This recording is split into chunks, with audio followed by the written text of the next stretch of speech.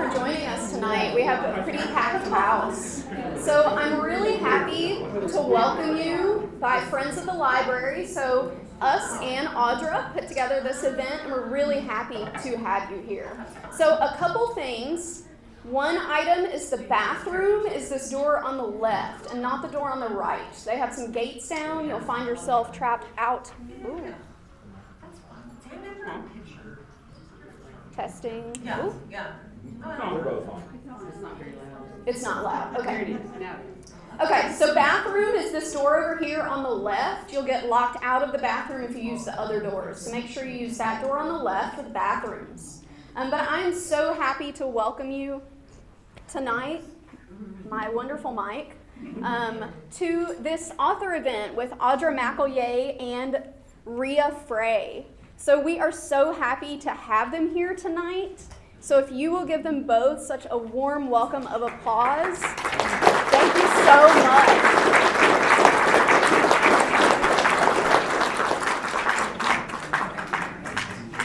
Keep it going. Keep it going.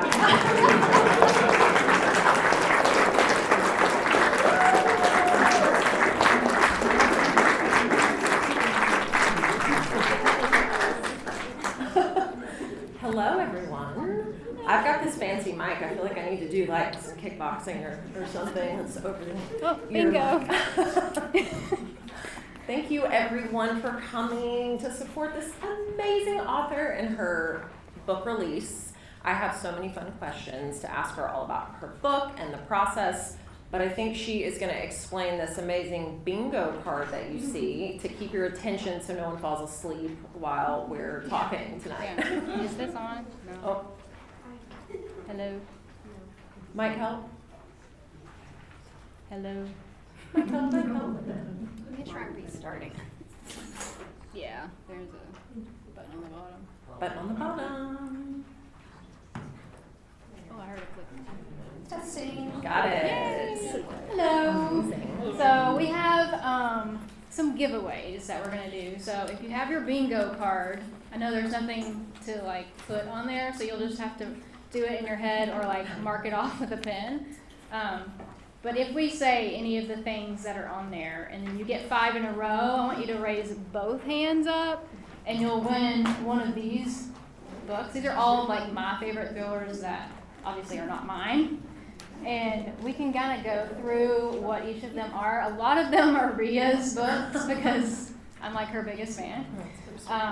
And so I'm going to let her kind of describe those really quickly, and then I'll describe the ones that she didn't write. And then my kids are going to come around. So if you get bingo, just hold both of your hands up so it's not disruptive. And then my kids will bring you a book if you want. Yeah. So this is one of Rea's books. It's like my favorite thriller. It's called Secrets of Our House. And if you want to try to describe it quickly. Yeah, this is one of those books you can't really sum up in a some- sentence, but I wrote this during COVID, so literally it takes place in a black house because everybody was locked in their house during COVID. But it's about this family that moves to this house on top of a mountain, and when they get there, everything starts to unravel. There's a very kind of sinister secret that comes out. It's a little bit of a family saga. I typically write thrillers and women's fiction, but this one's a little bit more if you enjoy a good family drama or family saga. Then this is the book for you. Yeah, and I heard, I think it turned off again. The turn off again? Yeah. Uh-uh. Womp, womp. Michael. You know what? I'll do it. I think if maybe I push this button. See. Yeah. There you go. I might just have to restart every once in a while. So this book I heard was based off of Emily Carpenter's house. Yes. Another thriller author. Yes. So I went and visited a friend. Her name is Emily Carpenter, and she lives in the most incredible black house. And the moment I walked in, I mean, the first thing I actually said was, "This is the perfect setting for a murder." It's incredible. There is no murder in this book, but I knew that I wanted to set a book there. I think that's so cool. And she's selling her house. I just saw her, and I was like, I've got to buy it. You should It's get it. $3 million. So I will not be buying that house. Maybe not. Okay. So I have. I think it's died again. Oh my gosh. Yeah, it did. I don't know what it's doing. Okay. Maybe it's if I stop talking. You gotta stop. You gotta I keep just talking gotta the keep whole going. I'll bring you a time. backup mic. Okay. So I have 3 copies of that because obviously I'm obsessed with it. And then, oh, it died again. I can talk You loud. can project. Okay, so this is one of my absolute favorite books. If you've never read Samantha Downing, this one, she actually sold the rights to Robert Downey Jr. and he's supposed to be starring in it, and it's going to be amazing. It's very dark and twisty. You guys will absolutely love it. We've got Home Before Dark, Riley Sager. It's kind of like a little paranormal. That's all I can say about that one because it'll give away part of the plot twist if I explain that anymore. The 7.5 Deaths of Evelyn Hardcastle is so far my number 1 book of all time, and if you've ever saw the show Quantum Leap from back in the day, it's kind of like if Quantum Leap was a thriller with a big ensemble. I've got a couple of copies of that, and then we've got Because You're Mine by Rea. Yeah, if you like big twists, this is the book for you. This was my debut, not her daughter. If you like kidnapping, this is the book for you. Don't Forget Me. If you like murder clubs, this is the book for you. And that's it. I think that's it. All right, so boys, if you can come grab these. Perfect. If you can come grab these from us. Amazing. All right, we're going to get into it. So again, on the bingo card, you get bingo, 2 hands in And the feel air. free to laugh at me if I do any of the dumb things on there. I'm just going to go ahead and say It's Taylor. all I'm going to say supposed- Taylor Swift. I'm just going to go ahead and say it because I think that's on there. I mean, I talk about her all the We're going to time. bring her. She's in the acknowledgments of every one of my books. I love it. Okay, so we're here to talk about your amazing book, Not Good People, which I absolutely flew through. And I just would love for you to start by just telling us a little bit what it's about. I mean, when I saw this, though, I was checking all the boxes of a really great thriller. It's like you've got a snowstorm, a castle, strangers, this 7 days and 7 secrets premise that I am obsessed with, and I really want to talk about that. But I'd love for you to just share a little bit about what the book's about and then where the concept came from. Yeah, okay, so I'll try not to be too long-winded. I'm going to actually put this right here so I can not have to lean over. It's basically about 9 strangers who are lured to this beautiful castle resort, and where someone starts to leak reputation-shattering secrets about one guest per day, and the leaked information goes to everyone inside the castle and to everyone in the outside world at the same time. So they're getting canceled and they're trapped there because there's a blizzard. And the person who's doing this lets them all know if anybody tries to leave, one of them will die. So trapped and getting canceled and can't leave. So a lot of fun Yes. for them. And where did you, I love just figuring out with authors, where did this concept come from? Because I feel like you have so many almost trend-worthy topics in it, but Right. where did the idea come from? So my husband and I watched this movie probably 10, maybe a little bit more years ago. It was based off a play, and it was called An Inspector Calls. It's a British play, British movie. The guy that played Professor Lupin in Harry Potter is in it. He's the inspector. It's so good. And I really liked that it had a big ensemble cast. They're all connected in some way that they don't know about. And they all kind of contributed to the demise of a character that passes away at the beginning. And it was a good whodunit, thriller, mystery, suspense, all that. But it had just this really good moral lesson to it as well. And I was like, I really want to write a book that's like that, but obviously different. Well, I wanted to ask about that. There is a moral layer in this book, which sometimes in thrillers you don't always get that. But I love that it's in this locked room. You have this kind of locked room mystery, which I feel like, classic writers have done that for years. But that was one of my questions, was this moral piece of the journey that was obviously intentional. And it was just, I thought it was really well done. Where did that kind of come from? Because again, you don't normally do that or see that in thrillers. Yeah, it really, I was just so inspired by that movie. Okay. And it was a play before. It was a really popular play. Yeah. maybe 100 years ago. It's really old. And then they kind of updated it for the newer, like, 2010 version of the movie. It was just so deep. Yeah. I like the depth, but it also doesn't feel boring. It's very fast paced too. And the 7 secrets in 7 days, I think that's such a brilliant device.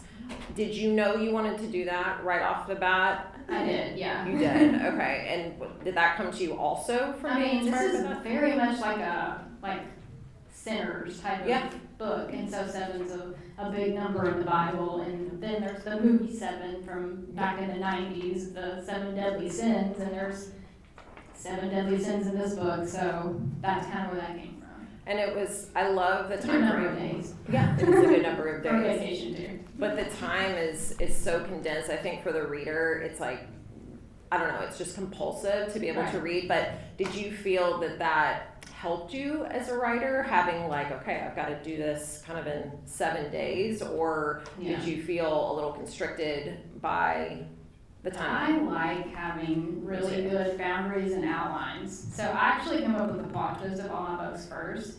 So I have like a list of plot twist ideas in my phone. And then whichever one's like the most unique that I'm most excited about, I will outline from that. And then go through each chapter, every single thing that needs to happen to get there. Like what characters are necessary, what setting is necessary to get to this plot twist. I love that. So I kind of like I do it backwards. I love that. And so are you a typical outliner? Yeah. I mean, like pretty big outliner. Like I outline to where when I start writing, all I have to think of is dialogue. Oh, that's amazing. Yeah. I'm the opposite. I do not do that. I'm like somewhere in the middle. I love that though.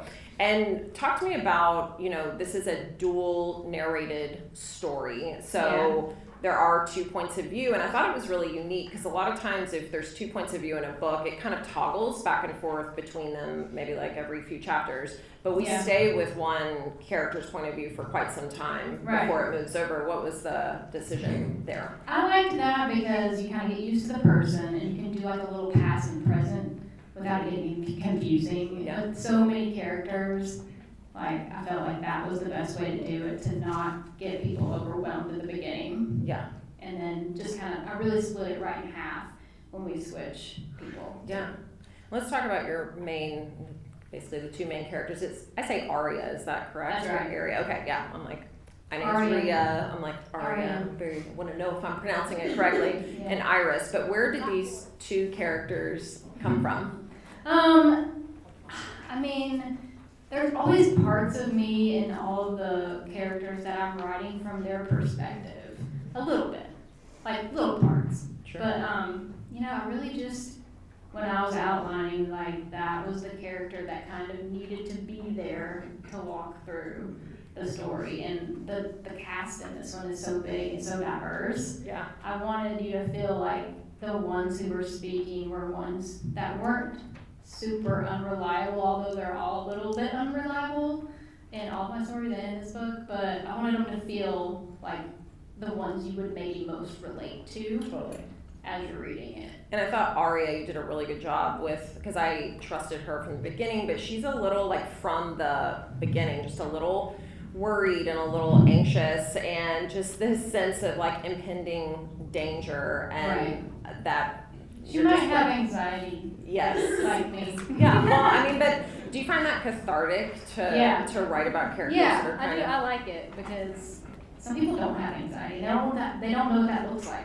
Yeah, go through. Completely. And I mean, it's funny, I always say this as authors, we sign up to be creatives and stay in our pajamas and be kind of behind the scenes, but you don't think about it as an author. You have to be a public speaker. You have to be a marketing genius, a salesperson, all these things that push you so outside of your... There's so much to it. There's so much to it. And we're definitely going to get into the business side of it. But I want to talk about I'm always so interested with titles and covers in general because, again, people buy with their eyes first. But talk to us about this title because this is not the original title, correct? That was If You See Me that had it. Oh, okay, you were talking about that. Okay, We can talk about that too. Yeah. So Not Good People, I don't know, it's a term I hear a lot, like here in the South, that people say, oh, like, you can trust them, they're good people. Yeah. And so I'm like, but we're actually all like not good people.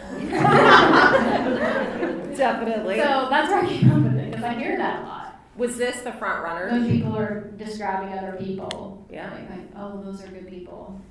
And these are, but I love that because After I heard it like the 25th time in a month, I was like, title. I love it. I mean, it's the perfect title for this. And what Yeah. about It's the only one I ever had. that's yours? It's the only title I ever had. Oh, the only Because title. most of my books have like several rounds of titles that I go through. Yeah. And that was always the only one that worked for me. I was like, that's it. No, it's From the perfect. get-go. And it doesn't Yeah. exist? Like, are there any other books? No. Okay, that's Shockingly. shocking. There's a couple with people in it. I can't remember. All good people. All good people. All Yeah. good people here. Yeah. And it's new. I can't remember it. Well, That was the closest one. and what about the cover? Talk to us about the cover. Well, I just really love like a pretty setting on the bottom of my covers because I kind of have a little trend of doing that. So, I mean, and I love a good chandelier. Yes, who doesn't love a chandelier? And I want to talk about the setting too, because I have 2 of my books set in the Blue Ridge Mountains, because I love them so much. But what was did you choose that because you really love? Yeah, but I also wanted it to be a fictional place. Totally. Because then you have the freedom to do whatever you want. Yeah. So, yeah. But I have family all over the Blue Ridge Mountains, and we've been driving through those mountains for my whole life, and those tunnels, and It's beautiful. they're just so pretty. And then it just seemed like a good place for a locked room mystery with a castle, but it's not necessarily like high enough elevation to be true. Sure. So I was like, it's just gonna be a fictional place, like. I love when people, I don't know if you ever hear this, when you hear from readers and they're like, that's not realistic. That would never happen. Right. I'm like, You gotta make the elevation fiction. higher in the book, so that, It's fiction. and come up with fake mountain names and yeah, things, exactly. so that they can be like, oh, well, it's not really a real place. So It's not real, that's so it doesn't count. Mhm. I would love to talk about these secrets a little bit. How did you figure out like the order of what is revealed when? I mean, again, I guess since you're such a good plotter, you already had that mapped Yeah, out, but I did. I mean, I'm trying to think of how to explain that without spoiling anything. well, it's hard. As I was putting together questions, I was like, we can't talk about the book. I did want to start with something mild. Yeah. And work it up. And then, I can't spoil anything. And then I was on the bingo card, so I'm not going to do it. But there's one character that has something come out almost last. So that was for a reason. Yes, yes it is. And Yes. everything in between was just for drama. Yeah. Well, it was great. I mean, I felt like the pace really made sense. Has anybody read it yet? See, so Maybe a few people have. we really can't talk about, I mean, again, this is a hard book to talk about without I feel like, like they all are. they are, without really giving things away. Yeah, But plot twisting. talking about the moral ambiguity and that nobody here is purely good, how would you, you're welcome. How would you define a good person? That's a really good question. I mean, me personally, I believe that none of us are good. And that Like, none of us are good. we're all sinful. So I personally think that, we might have good moments, but, without Jesus, I feel like none of us are good. And so that's why I don't want to spoil the end, but there's a character who ends up having a secret he probably didn't think had a secret. No, you And so didn't. it's like even the one that looked and presented this way that you really had a lot of faith in, even they have skeletons in their closet. Yeah. And whether it's just like a simple sin, like, envy or anxiety or pride, like we all have something, even if it's just a little thing. Completely. And so we're technically all not good people. Perfect title then. I So, love it. Yeah. What was your favorite, did you have a favorite scene to write or one that you really struggled with? Scene that I liked or struggled with. I mean, I kind of like, there's a scene where somebody's in the chapel and then another person, I can't say anything. I know, really, you can't Another say anything. person is like, what are they doing in there? And they go to check it out, and it's in the dark, and it's in the castle, and there's like little suits of armor down the hall, and I already said she ends up running into one and knocking it over. That was just a really fun action scene to write. And then there's a dream sequence that you don't know is a dream from one of the narrators, and that was really good, like action scene that I normally wouldn't put in my thrillers because it was a little intense and maybe a little more like gory. Yeah. So that was fun to write, but then to take it back. Completely. Like, oh, just kidding. Yeah, But it was fun to write. Yeah, for sure. This book seemed like you had a lot of fun writing. I liked having a lot of characters. Yes, but I didn't feel like sometimes when you read a book that does have so many characters, I think Leon Moriarty did one where it had 9 points of view, and that felt just like a lot. But I don't know, I didn't get lost with anyone, and it was kind of fun because you have more people to be like, oh, it's this person. There's more fingers to point at, which I thought was really great. Yeah, you can have a lot of red herrings with a big cast. Completely. So much, I don't know. I thought it was just so fun, and I was telling her, like, I think it should be a TV show or movie for sure. I could see it being some sort of series. That would be fun. So I love talking about the actual path to publishing and just what it actually means to be an author. I'm not only an author, but I'm a book coach, so I help people get published too. And I think it's very easy to romanticize being an author, and that like we're just out here selling millions of copies and it's a breeze. But there's a lot of a lot of work that goes into it. But I know you've had different publishing experiences, but can you kind of talk us through what the publishing path was like for this book in particular? Well, people probably my number one question I always get is like, how long did it take you to write the book? Yeah. And it's usually, for me, it's different for everybody. It's probably a lot quicker for you, I feel like. But it's usually 9 months to like write it and then edit it. So it's like a real baby. It's a book baby. It takes about 9 months. And then the last 3 months is just kind of like a little extra polishing and getting all of the distribution and formatting and all that kind of stuff done. So it's really a year, but like the main part is about 9 months. Yeah.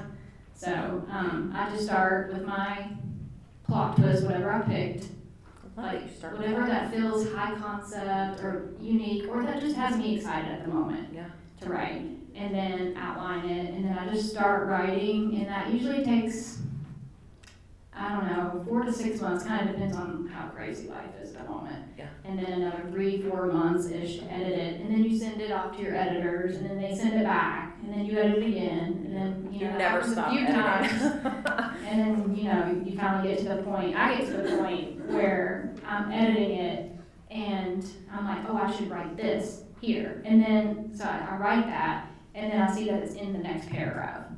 What I just wrote, and that keeps happening over and over and over. I'm like, oh, I'm done. Like, I've already done all the things I have ideas about. And so that's how I kind of know. Yeah, that you're done. I'm done. What's your favorite part of the publishing process? Is it the writing, the editing, actually launching the book? And then flip side, what's your least favorite part of the publishing industry? Are we going to be here all night? We all know what my least favorite is, because I'm basically a hermit. Have y'all ever seen the movie Secret Window with Johnny Depp?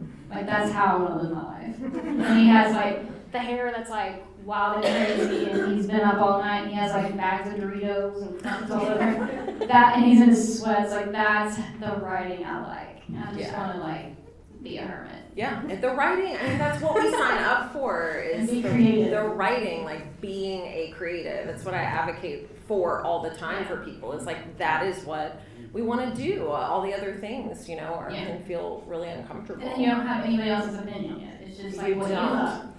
You're like, it's the best draft ever. It's the best, I do really enjoy when everything's done and it hasn't come out yet.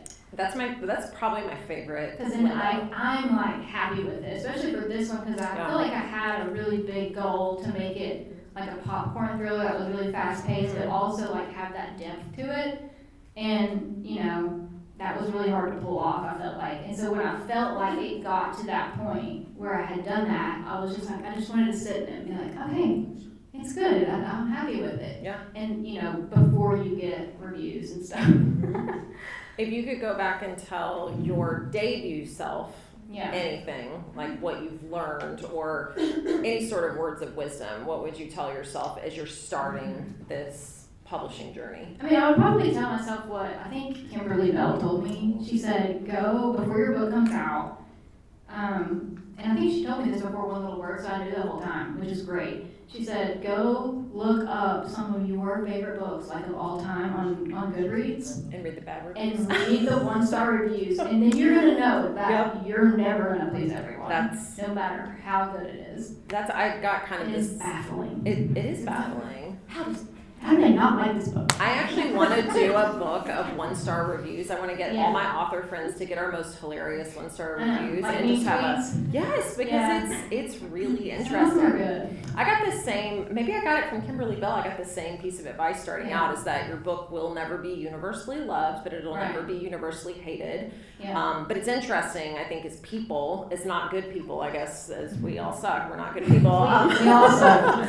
But how we can, if we get that 1-star review, we can just internalize that versus you get Yeah. glowing like 5-star reviews and those don't sink in sometimes Right. as much as that negative feedback. So I Yeah. think it's nice to just realize you're never going to please everyone Right. and really pay attention to the parts that you enjoy Yeah. of the process. I know, it's hard, but like I feel like now if I'm happy with it, I'm good.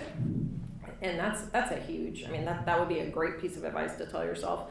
Yeah. So you're a mom Oh yeah. and a writer, Where are they? and where are they? They're back there. They're back there. And Has a wife. anybody done bingo yet? No.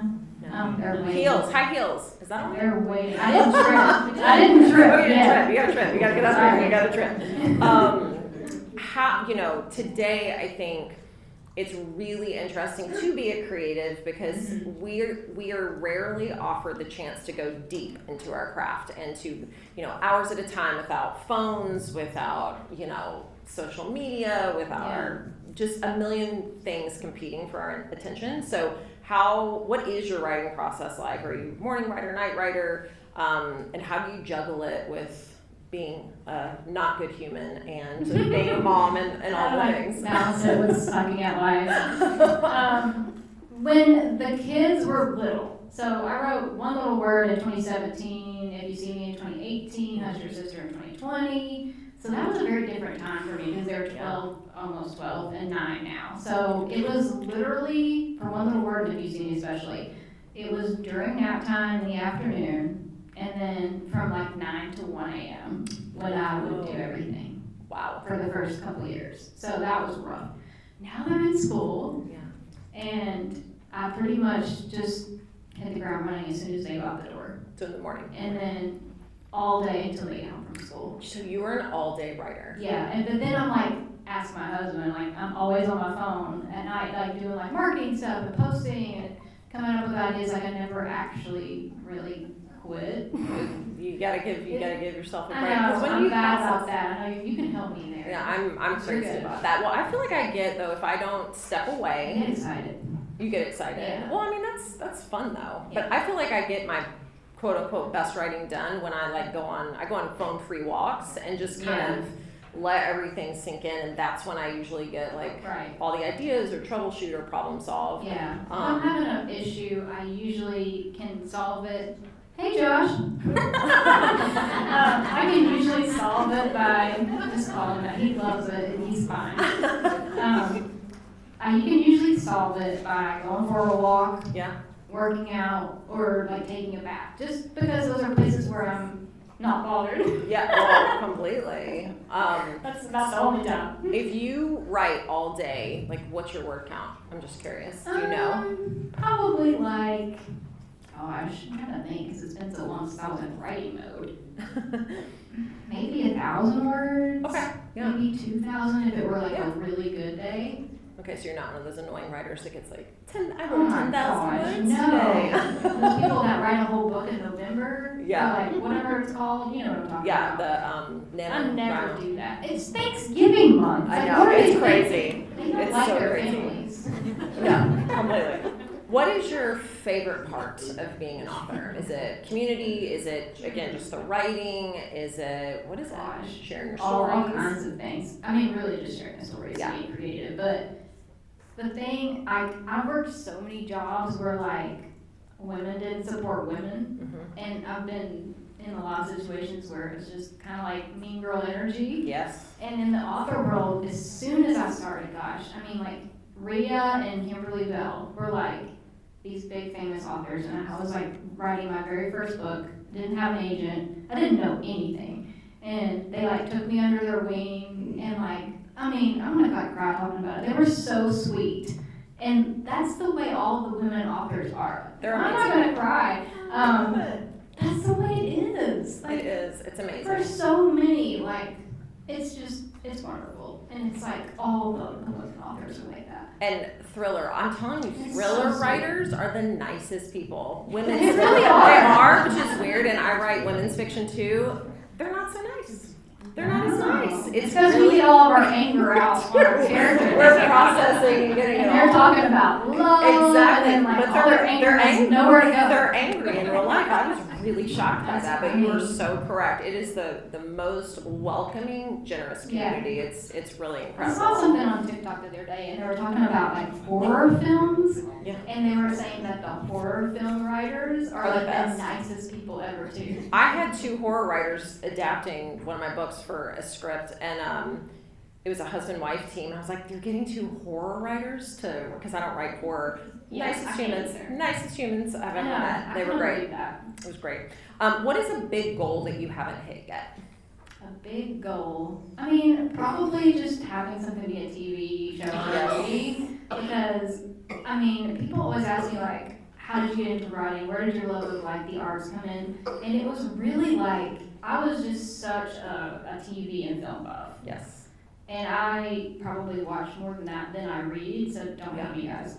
Well, But that's when fine. I'm in writing mode or editing mode, I don't read books. Yep. Because I don't want to accidentally, subconsciously steal something. 100%. But I allow myself to watch TV shows and movies, so I just watch more of it. And so I would love that. I did get, if you see me, got option for film, but that doesn't ever mean that it's actually Yes. going to happen. I remember when Kimberly Bell's The Marriage I got option, and I was like, oh my gosh. It's gonna be And out she next told year. me, she was like, Audra, 9 out of 10 option films Yeah. don't ever get made. It's so true. I've And I was had like, huh? I've had that happen, and I'm so excited and Yeah. so naive. But I do have a script and a director for Nice. the director that wrote the script, and he's shared it with me twice. So I'm like, well, maybe in 10 years I'll see it. I know. on screen. I'm like, maybe It moves 5 to 7, really. maybe. I don't know. It is, but You never know. it's a great. Whenever I write, that's how I see it, is on screen first. And a lot of times when I read, Same. like when I was reading this, I was Same. like, oh, this is got to be a TV show. So good.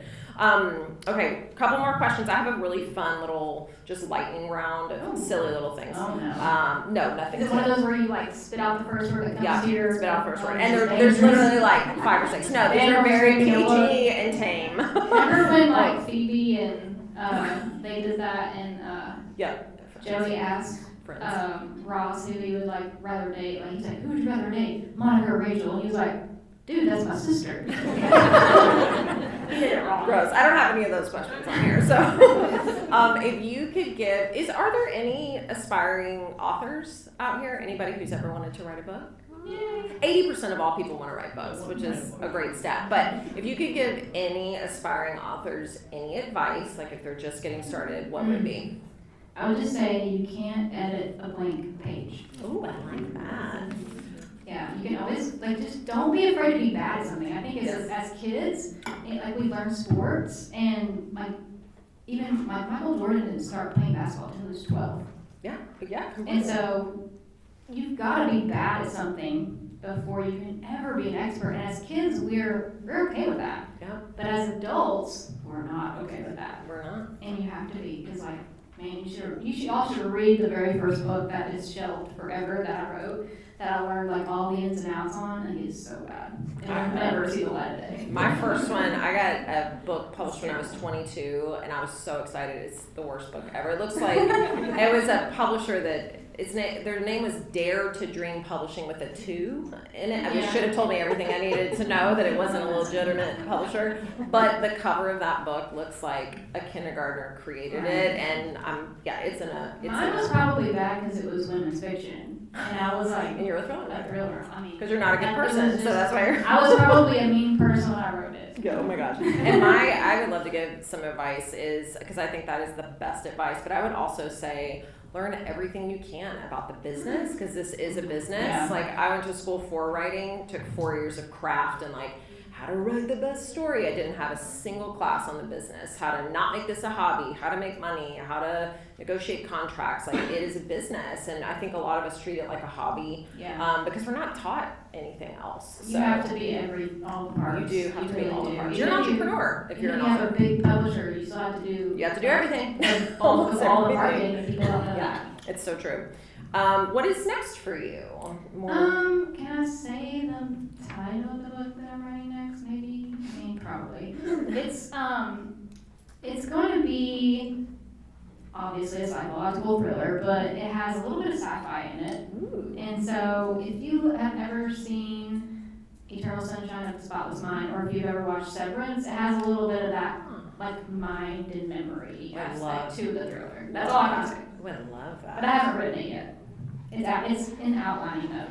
And you did share the title? You can't share the title? I guess I can. It's called Lose My Mind. Ooh, I like that. Yeah. That's great. It's another TV show. Sounds like a TV show. show. And how can readers best support your work? I think sometimes it's awkward to ask people for reviews or what they can do, but how can readers best support definitely reviews. There's like only 5-star reviews. Only 5-star reviews. No 1-star reviews. We don't want those. Do it on Goodreads and Amazon. Yep.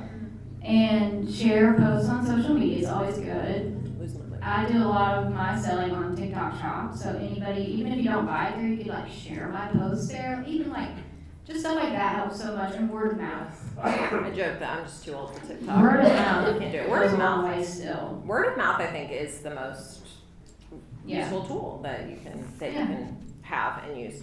Okay, be thinking about your questions, people. We're gonna ask some questions. This is gonna go so quick. Lightning round. Okay. Favorite thing to do on a Friday night? Oh gosh. I mean, lately we've been doing movie nights with kids. We went through the whole Star Wars series, like all 9 of them. Oh wow. So that's fun. We order pizza from Pizza House, so shout out Pizza House. That's amazing. And then we sit and watch all of a series. Now we're on to Harry Potter. You do it all. Well, how do you do just one movie? I mean, we don't usually get through an entire movie on Friday night. Okay, 'Cause the got it. kid, I mean, they can't pay attention. Yeah. Daniel's looking at me like, yeah. Yeah. It takes a while. I think we started Harry Potter last year. We got Those to are the long last movies. ones, and I was like, I don't know if they're ready for the darkness of the last 2. So then we switched to Star Wars because it was on Fortnite, and the kids were like, what is Star Wars? Yeah. And then we started it, and now we're going back to Harry Potter. Oh, that's fun. That's so Yeah, fun. I like that. I might be the only person that's not read Harry Potter or seen Harry Potter. That's It's crazy. crazy. I know. It's so fun. Oh, you haven't either? Never read or seen. Me and you. We're the only two, and on the whole planet. Okay, morning. Oh my God. Ooh, Harry Potter. All right. She's a not good person. I'm not a good person because I haven't read Harry Potter. I tried. I think it's incredible. I sat across from J.K. Rowling in London in a restaurant though, Wow. so I can say that. Well, that trumps everything. That trumps everything. I don't need to read the books. I I've love read her. the books a lot of times. Yeah. But I've never seen her like Morning person or night person? night person. Night person. Cats or dogs? Cats. Oh. Coffee or tea? Tea. Heels or flats? Flats. Flats. Nikes. Audiobook, ebook, or print? Print. Print. Yes, I'm print too. Craziest fact no one knows about you?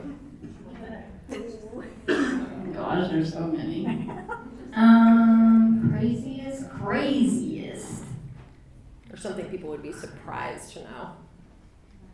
I don't know. Ask my kids. Daniel, you know anything? Craziest thing. Daniel helping me with something random on the bingo chart.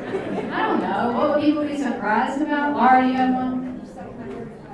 I once sucked my sister's hair out in the back. Oh, that's sounds like a. But it was her fault. I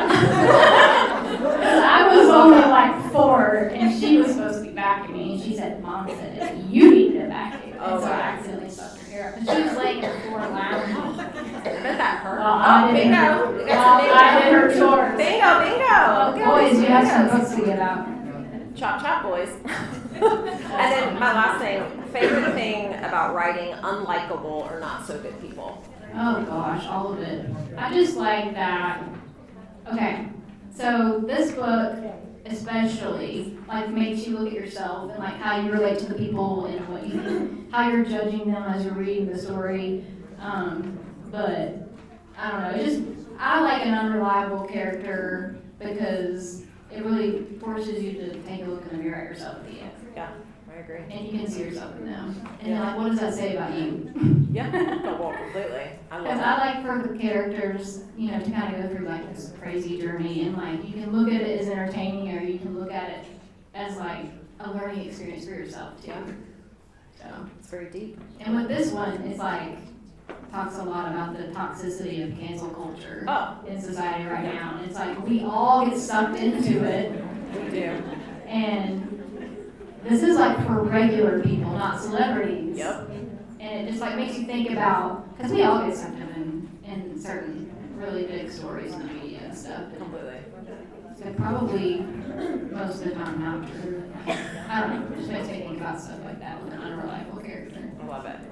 I love it. Okay, you got another bingo? Sorry, I got Bingo. distracted. There's so many Bingos. bingos. So many bingos I happening. kind of lost my train of thought. And if there. anybody won one of my books, I will happily sign them for you if you would like. Yes. All right, we're gonna open it up to some questions. Oh, Lord. Questions. Don't be shy. I would just like to say, allegory, platform.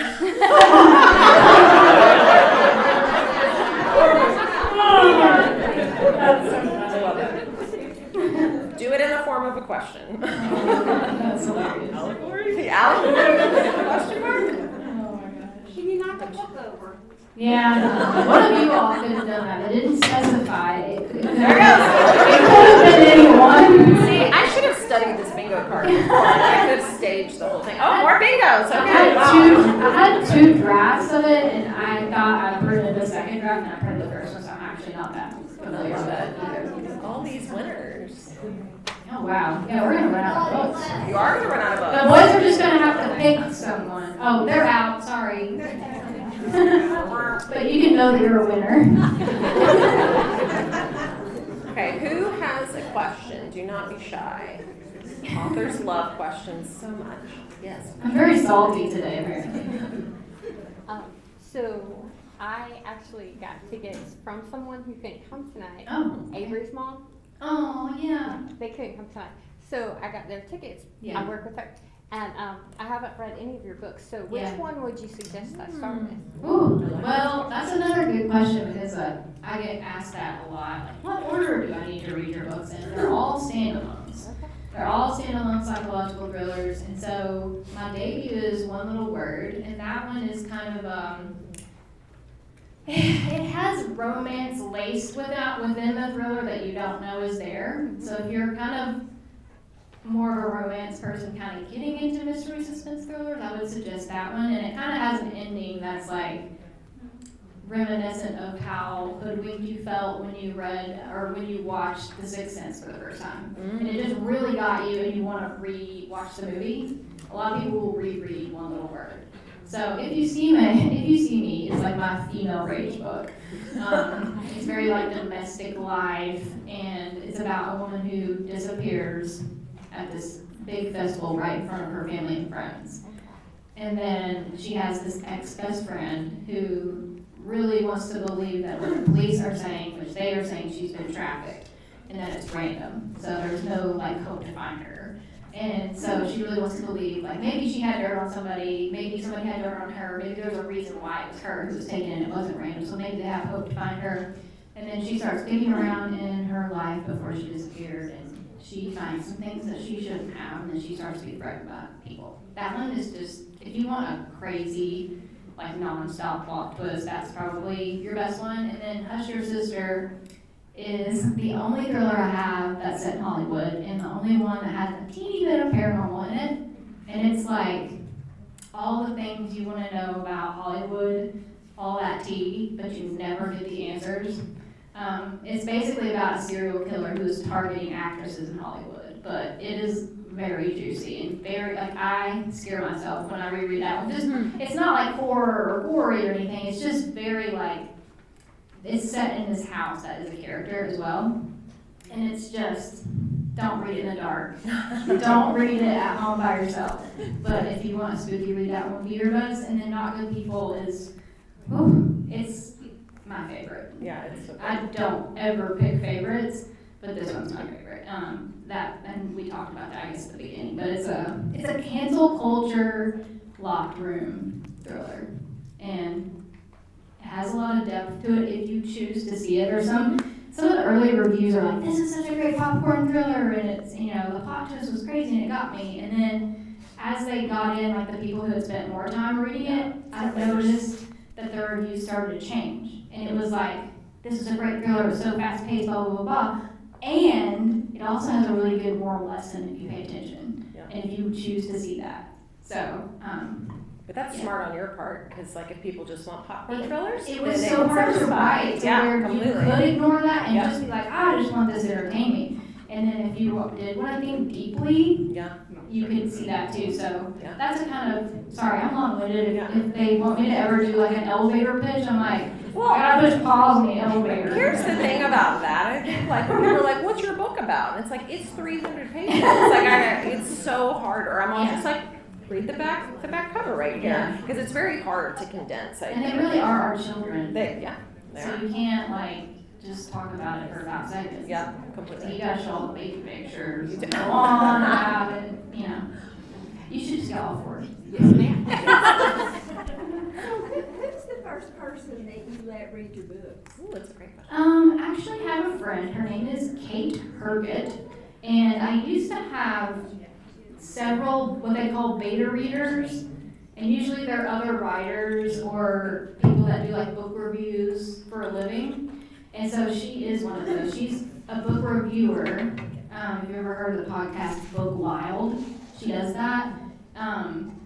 Anyway, so I found her, and for a while I had 4 beta readers, and then her advice was just the best, and so now it's only her. And when a book comes out, besides my editor, she's the only person who's read it besides me. And if she's good with it, and then I'm good with it, and then the editing process is done, then I'm like, I'm fine with that, because I trust her opinion that much.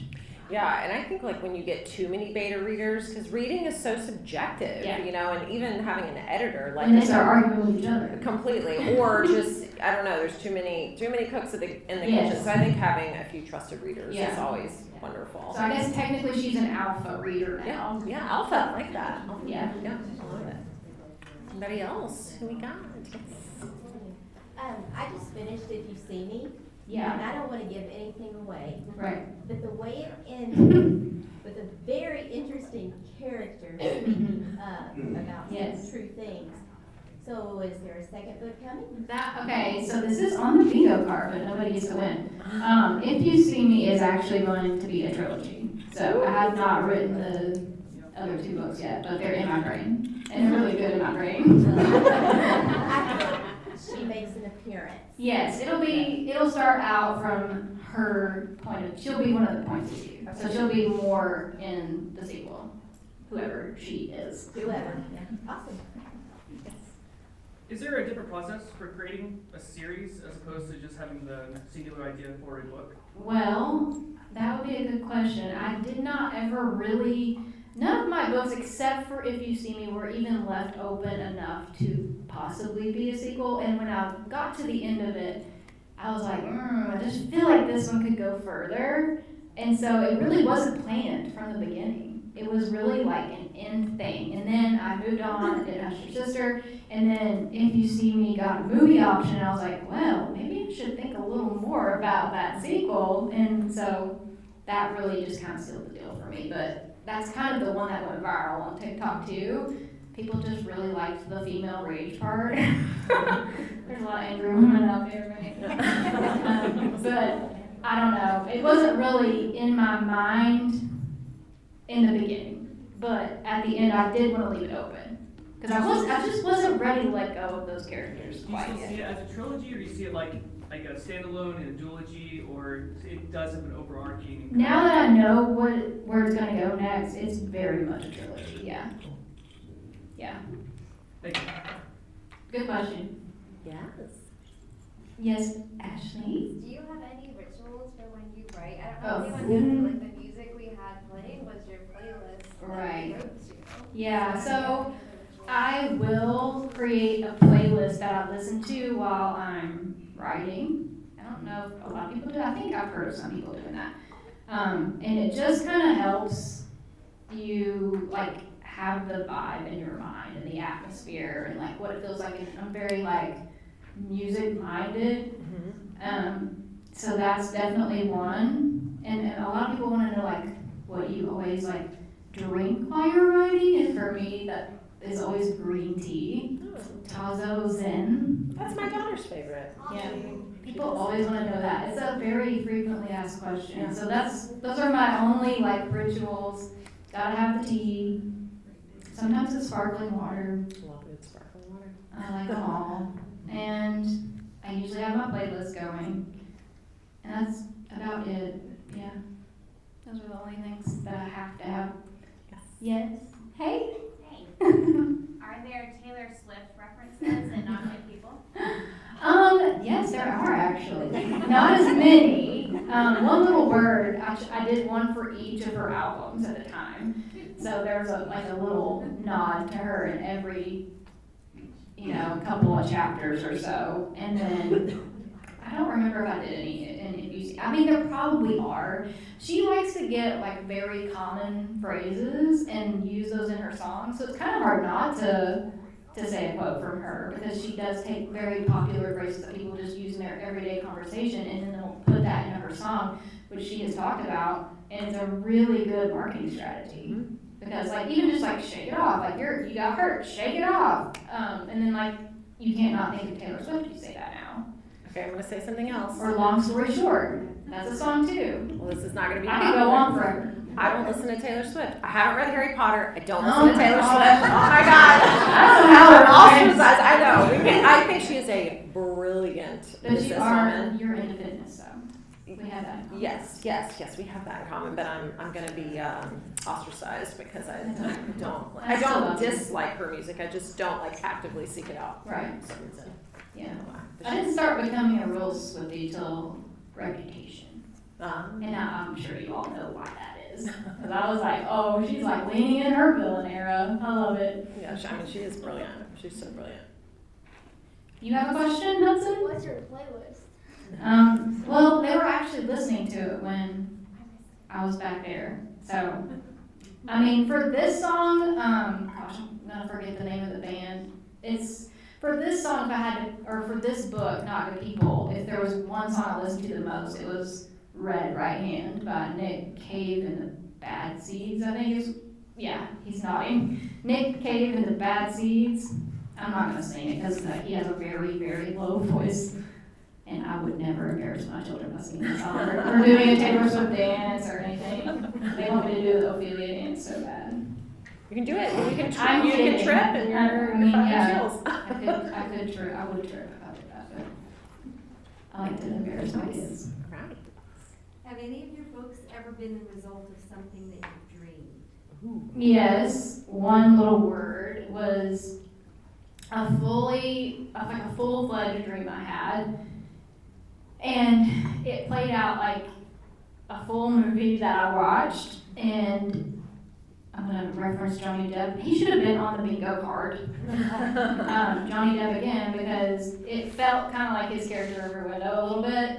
And then I had the dream and I wrote it down, and I wrote that book in a month Yes. because I wanted to get it out of my brain and on the paper, and I changed him to a female in my book so I could relate more to her. But yeah, that's super fun. I had that happen too. My third book was the result of a dream. I Oh, kept yeah. dreaming about hearing a baby crying, and I would get to the crib and there was no baby, but I switched. It kept like reoccurring, and then I ended up writing about a blind woman who believes her 3-month-old son has been swapped for another baby, but no one will Yeah. believe her. And That is my road, right? yeah, Okay, it's so- called Until I Find You. But I wrote from a blind woman's perspective, which is not easy as a writer when Yeah. you need your sight to do everything. But that was from a dream, like so cool. Where It's we like a get our little gift. It is a little gift. Yeah. Okay, I think we're good.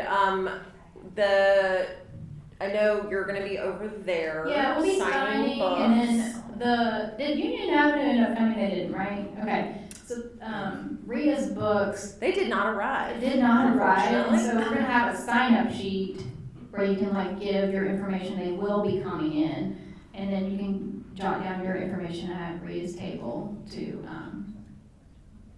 so they can contact you when they come in. Does that make sense? Did I explain that well? And before we like go off and start other things, I just want to say that Crystal and Ashley and the Friends of the Knox County Library put this event on, and they have worked with me since March or April on this event, and they have worked so hard. So, can you all just stand up so they can clap for you? Just, Yeah. You all are absolutely amazing.